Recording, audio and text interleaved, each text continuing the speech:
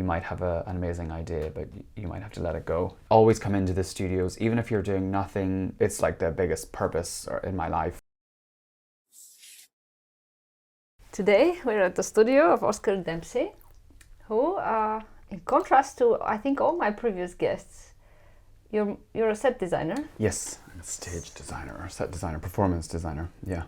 So it's more of a team player rather than an individual artist. Yeah, exactly. Yeah. So that would be interesting. Yes, my studio, which is part of Grey Garden Studios. Back at Grey Gardens. Yes. And yeah, I'm a stage designer and a visual artist. So I have been kind of working in different roles. I kind of more started as a visual artist, but I was always working within performance. And yeah, but now predominantly I've been working as a stage designer and also a prop maker for films or commercials or whatever needs props. So yeah. You're not Finnish? No. Where do you come from? I'm Northern Irish, which is the northern part of Ireland, which is part of the UK, but also part of Ireland. So it's like a unique country where you have access to two citizenships, so you can be both British and Irish. But yeah, I've been living around the place. I first moved to England when I was 18 for my first degree. And then I was there, I did an exchange in Denmark, and then I went back to England. And then when I graduated my first degree, I moved to Copenhagen to sort of get out of the UK. And while I was there, I did an internship at this theatre company called Hotel Proforma. And it has used to have a program of international interns from different parts of the world. And while I was there, I met my very first Finnish person, as I'd never met one before. And he was very nice, and Fabian Newborg, and he told me about this course in Aalto in Finland, or Helsinki. And yeah, the rest is history. And then I applied, and here we are. And I've been living here now for 6 years. Was your first degree also in stage design? No, so my first degree was in fine art. I was studying at Newcastle University, which is the northeast of England. Bachelor's was called fine art, but it's a pretty broad term. It was like essentially like the practice of contemporary art. So people were doing all sorts, whether it was 2D work or painting or video or mixed media. So it was pretty broad, and I really enjoyed my time there because it was my first kind of experience of being very free as an artist, and that's when I really started doing performance. I myself was kind of being a performer, but I've always kind of been making things for performance, and so it kind of just over the years I kind of more gradually went towards designing the stage rather than performing in it. I really enjoy the designing and creating, and I like designing with performance possibilities. So the idea that I can make something that can be interacted with or played with. So that's why I wouldn't say that I just do stage design, but it's quite a broad term of designing for performance, which can be a lot of things. But that's, I think my main interest at the moment. You said you are very busy at the moment because you are preparing for some specific performance. Yes, I'm working with a group called Sivu Henkilot, and they are a contemporary circus group. And we've worked once before, many years ago, but now we're working on a performance in Circo, and it's called Luca Mari, which I think translates to like bone chamber or something like that, all around death and mourning and processing death and people and the lives that are involved in it. But it's contemporary circus, so there's really nice kind of circus elements and performance elements. I enjoy it because it's a bit more fun. But yes, we're working on that, and we are premiering on the 14th of November, and then I think they run for the week in Nice. Circo. Yeah. And there will be links. I will leave links Yes, to the yes, event? yes. And I think we're also, in addition to performing in Circo this year, we're also taking the performance to Stoa, the space in Itakeskus, next April, I believe. So there's another chance to see it. To bring you back Mm-hmm. from your current state of a stage designer, did you, when you were a kid, did you know that you would do something in the creative sphere, or did you want to be an artist since you were little? Or how did that happen? I think I really have always been making stuff. I don't necessarily, when I was younger, I didn't really maybe understand exactly what it was to be an artist or a designer. I was really lucky to have the support as a child that I really was able to express myself when I was young, to make all sorts. So it kind of just followed a path, like kind of studying it in school to then studying it as a degree and eventually kind of working full time in it. So I've always been involved in the arts, but in a very broad perspective that I've always had an interest in everything artistic, whether it's like music or theatre or crafts. I think it's been a really just, it's like the biggest purpose in my life, and I've always been involved in it. So I've never, although obviously working as an artist has its difficulties, I don't think I've ever considered otherwise. It's just never been a possibility not to work within it or continue doing it, because it's just such a big part of me and my life. How much would you say that is the roughly percent of how when you work for a performance versus when you do your own personal stuff? Like in Do you terms of separate time, them? or like do I separate them as like or do you even separate them Yeah. conceptually in your mind? Yeah, I think there can be group projects which I would consider as my work as a stage designer, and then there can be, say, solo projects where I might do something by myself, for myself, and that can be kind of a variety. So I would differentiate them, but I have been majority working in stage design with groups and other performers. So I haven't been doing so many exhibiting in galleries as much, but I still have interest for it. Practically, it's quite different, like financially, that as a group, there's the burden of these issues of administration or applying for grants, or these things are kind of then spread a bit more. But as a visual artist or an independent visual artist, then you're very much doing everything by yourself. So they differ in that way, yeah. Yeah, I mean, as a separate artist, you also end up with administration and stuff and applying for grants yourself as well. But yeah. Maybe it's easier to apply as a group though, because you would need to do everything by yourself. For sure. It's especially from my role that I'm not always then responsible for applying for the grants. That if there is a producer or someone who's more kind of involved with it, then they would be the ones applying for the money, which does take a load off my work, that I can then focus being a designer as opposed to also being like a producer as well. So I find that maybe the biggest difference between working in visual arts and performance arts or live arts. Yeah.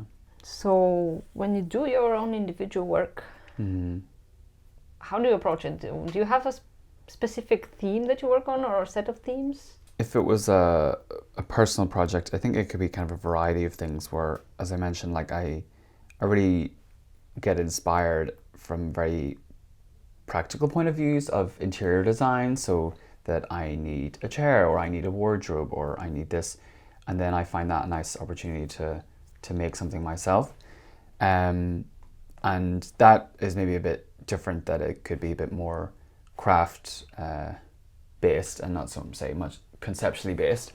So that for that I would really consider, like the material, the colors and stuff like this. But then, for instance, if I was working on a personal project that was for a gallery, then it might have a bit more background of some kind of concept or idea. But I think like there is definitely like a reoccurring element with all that I make, and that's kind of usually making objects, whether it's stage or sculpture or interior design, And usually I like to have a kind of relatively playful approach to making things, so that, yeah, I think I really am inspired by, like, I don't know, younger people or children making art, and this kind of approach to having a very DIY, fun kind of making things. And usually I like to have approach of making very organic objects, in terms of like the shape or the inspiration, whether it's kind of rocks or earth formations or kind of natural beauty. Like, I find that really inspiring, so I tend to go towards more organic shapes and rounded objects as opposed to kind of more sharp and geometric. Thank you. Yeah, I think that I tend, yeah, that's what I might go for. So I think I could see that really with all of everything I make, whether it's stage or elsewise. Yeah. Obviously, how you work, it depends a lot on the project that you're working on. But do you have some specific ways of working? Yeah. That get repeated. Yeah, I think generally for my routine as a stage designer, there's kind of, the initial meeting with people where we kind of debrief what it is, and very practical things of where it is, when it's happening, how many people are involved, what is the funding situation. That really helps kind of, for me to predict the path of how I'm going to work. And then it kind of goes through a process of then we would collaborate more and develop the ideas, and then I might then take some personal time to research or find inspiration and influences, and then could create some sort of like mood board or inspirational thing. And then when you get a bit more involved in the process, then it's more making designs or making some suggestions, and then you would show that to the group, and then if they like it, we can take it forward. And then it's more physical planning of, okay, what materials, sizes, costs. And then again, if that's kind of approved, then you might go into making it. And then there's always a period, I think the rehearsal period is then the most important part, where you might be bringing something or developing something at the same time. And then when you're in the space and with the performers, then you can really see how things work, because before that stage it's ideas, and then in rehearsals they can kind of be put into action, and you can kind of think or see that maybe what you were thinking doesn't work, or that actually this is a bit more interesting. So you have to be quite flexible in that way, that you might have an amazing idea, but you might have to let it go. I feel like I've worked in both worlds, in terms of as a independent artist and also as like a set designer who's collaborating. So I find it really interesting kind of comparing the two worlds, and especially just the very day-to-day kind of life. So how does that look like? I mean, I think both our guests are quite project-based, or like that either someone can have an exhibition or a residency or something in mind that they can orientate their work around. But I will say one of the kind of main differences is what I enjoy about as a independent visual artist is that there's maybe a little more space and time to develop what's considered a practice, and it's very much based on personal time, that maybe artists don't have a set goal in mind, but it's more like I have this period to play around, experiment, kind of test materials, test some things I'm interested in, without the idea that it needs to be finished or for something.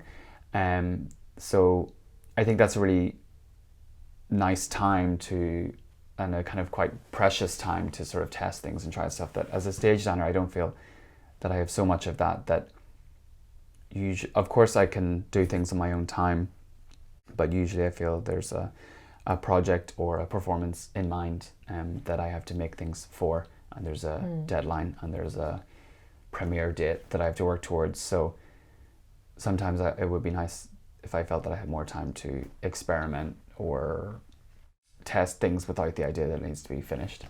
Yeah. Yeah, I guess, well, if you're an individual artist and you have an exhibition coming, that's kind of your deadline anyway. Yeah, exactly. And as I said, people usually are working towards that. But at least I felt when I was working as an artist, I had more time. But then it's also like maybe a question of money and time, and how much time are you willing, to take out of your own stuff like this. So, yeah. It's a balance. Yeah, exactly. It's always a balance. How important it is for you, the community here, and do you get like feedback for work or something? Yeah, it feels like really super important for me, and also just like as a designer and an artist, where I've had like different studios and different places throughout my life, and they are always very helpful for me to be able to separate my personal life and also my work, that I can have a space where I live and then a space I can go to work. And I think it always kind of stuck with me when I did my first degree, that a teacher said, like, just always come into the studios, even if you're doing nothing, even if you just want to go in and hang out with your friends or talk or read or have a coffee. Like, when you're in here, you're kind of still part of like a creative process where you're kind of developing stuff. And so that's always stuck with me, and it's been extremely important to have space where I can physically work, or have space where I can kind of come and talk with others. And even if it's just like coffee or lunch, it feels really important to me to have like some sense of community, because usually, especially as artists and designers, your work can be a bit isolating. So I find it really important to come here and chat with people, and if there's a possibility to ask for like some feedback, or borrowing some materials or borrowing tools, that's always really helpful, and then I think we can do the sort of give and take system. So yeah, I like it feels really important, and I always recommend it to people who are kind of interested as well, because it feels very important. So do you come every day? I mean, I wouldn't come every day, no. And it depends, like, on my work, where... Unless you have to be somewhere else working. Yeah. So, like, my work is, like, project-based, so... And then that, depending on where I am in the project, can be... I could be here every day, or I could be with the group every day. But then when I have my time off, then I tend not to come in, because I feel like I need some distance or separation from my work. But it's always nice having the possibility that even if I need to send some emails, I find that kind of more helpful to come here and do it. Yeah. How many square meters is this? Do you know? I think it's 14 meters squared, so it's a bit longer and thinner. Do you have some other space where you keep stuff, or is this your... Not really. Like, this is where I have all my tools and materials. I don't particularly have any kind of like, what do you call it, like works or designs here, but I think the materials are kind of really interesting in of themselves. I sculpted these as part of my thesis production for Alto when I was graduating. They are parts of a costume that extends the body, so I used these to kind of sculpt this formidable fabric over them. The poster of the outside is for the performance that I did. I really enjoyed that, because it was the one time I had complete free reign to do whatever I wanted. I made this, actually. The frame is from one of these child buggy things. Then I made the box. I've been trying to do better at documenting and keeping things of all my stuff over the years. So usually I have old designs and drawings, receipts and anything in here. I have my storage space at home, but that's just for personal stuff. Although I have one kind of big costume artwork there that's kind of in my basement, because it's very big. Costume, you said. Have you done costumes also? Yes, yeah. So I kind of came to costume a bit later. I really enjoy the approach of making work for bodies, whether it's like, sculptural or more something soft like fabrics. But I would say I like to dabble in costumes, and the one I was talking about was a collaboration with my friend who's a costume designer, Elina Strom, and we made this 2 large mascot-like costumes that were hard materials, and we made it for the Jyväskylä Light Festival, or Jyväskylä Valokaupunki. And now we both have, it was two costumes because we were both also designing and performing in it.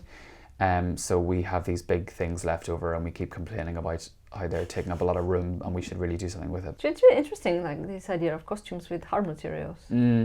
I find it really, really inspiring because it's like a shield. Yeah, and I love that there's like a bit of a crossover between set and costume that maybe, I mean, set can have a lot of different materials, but I love working with more constructive hard materials, and it doesn't necessarily make it conducive for the body because obviously a lot of the body needs like flow and movement, but I think it's really interesting when it could be considered like choreographic objects where objects are leading the body rather than the body leading the objects. Where do you gather inspiration for your projects? Okay, maybe not inspiration is a bit of a heavy word, but like ideas. No, I get it. I get a lot of inspiration from other designers and other artists with kind of, maybe how they approach designing or what materials they're using. Important or inspiring for me is the theory or idea of the Sublime, which is essentially experiencing something that is extremely overwhelming, whether it's physically or mentally, and kind of feeling this imbalance of feelings, but also deriving kind of some pleasure from it.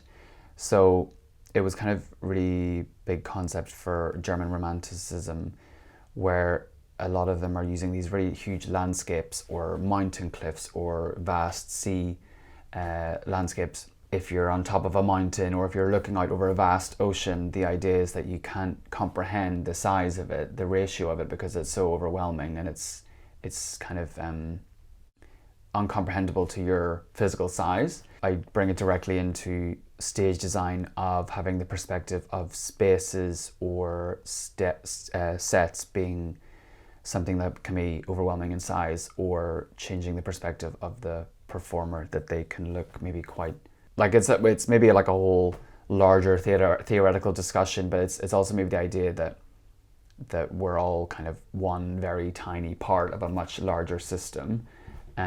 So I think it's kind of tying in with that. So I find that area and concept really interesting. So it really directly influences my work, especially considering like perspectives and sizes and ratios and that kind of idea. If that makes sense. Yeah. Do you physically put yourself in such a situation, or is it more of a mental exercise? Yeah, like I think it comes from more like personal experiences of like going for walks or going for hikes or going into larger natural spaces, whether it's a forest or the sea or a mountain.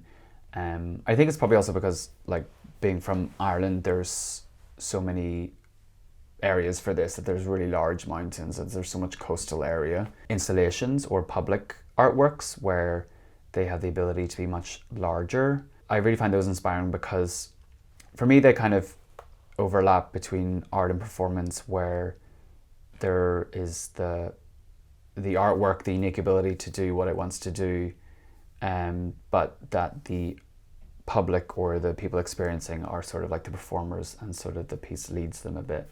That sounds really broad, but like, yeah. Very interesting. Yeah. The sense of space, how you really define the space.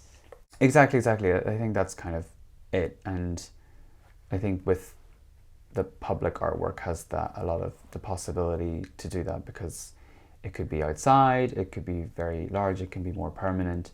Are there some certain artworks that come to your mind in that context? There are, but now like I really am bad at kind of remembering, to be honest, specific artist names or specific artist pieces. I remember there was a couple of years ago in Amos Rex, I think it was the group Studio Drift, which I think is a company. This company based in Netherlands, I think, and they brought that.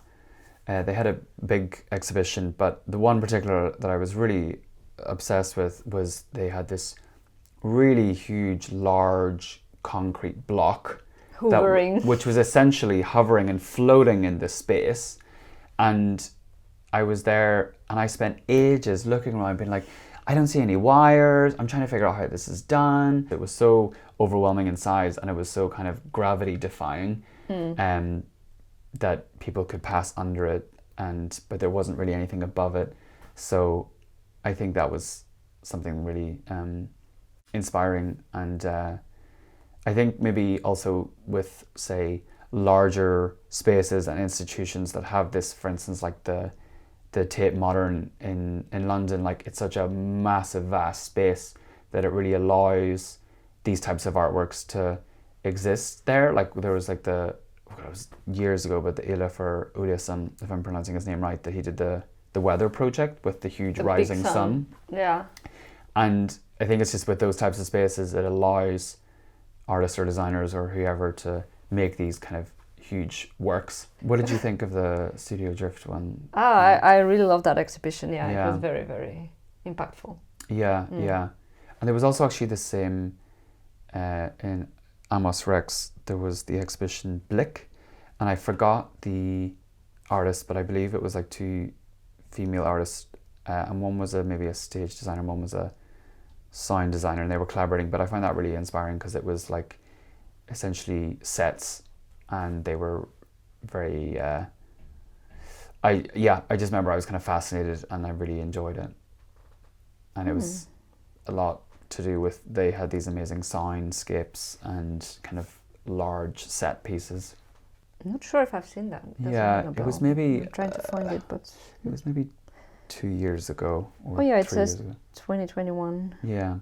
Are there any actual spaces that are, apart from the Irish coast, Yeah, somewhere around here more closely? definitely religious spaces. Religious spaces? Yeah, mostly not for the religious context, but the size that I find it fascinating that throughout history, religious spaces often are some of the largest buildings and some of the most vast spaces. And I find it fascinating that they have allocated so much space to something that's very like a non-practical thing of that you build a large office for people to work or you build a large building for people to live. But I love these huge cathedrals or huge mosques, or kind of that they have so much vast ceiling space as well. And I think maybe growing up, I went to a lot of cathedral spaces. I was singing in a cathedral choir, so I was going to a lot of these different spaces. Public design, and it's really interesting because it's like the design of a city essentially navigates the people that live within it, and how they get to spaces, how they feel within when they're in that space. But it can be also not a good experience where there's like something called like hostile architecture, where it's like architecture or design to necessarily like not allow certain people to be there, or to kind of make a feeling that, for example, like the I forgot what it's called, but it's like the homeless spike design where they put spikes on places where they don't want people to sit. So or those benches with like a handle in the middle, so you can't lie down. Exactly. So like I think it's really powerful like how design can be used to navigate people and also include them or exclude them. Thank you for inviting me to your space today. Thank you for coming. Good luck with the work performance, which is thank you. next month. I know that. Yes, yeah, and I can send you some links, but I think it's always best to follow me. I update my Instagram probably the most, and it's where I would post my process of making my stuff, but also if I'm working on a specific project, the dates and stuff are there. So I think that's usually easiest to find me there.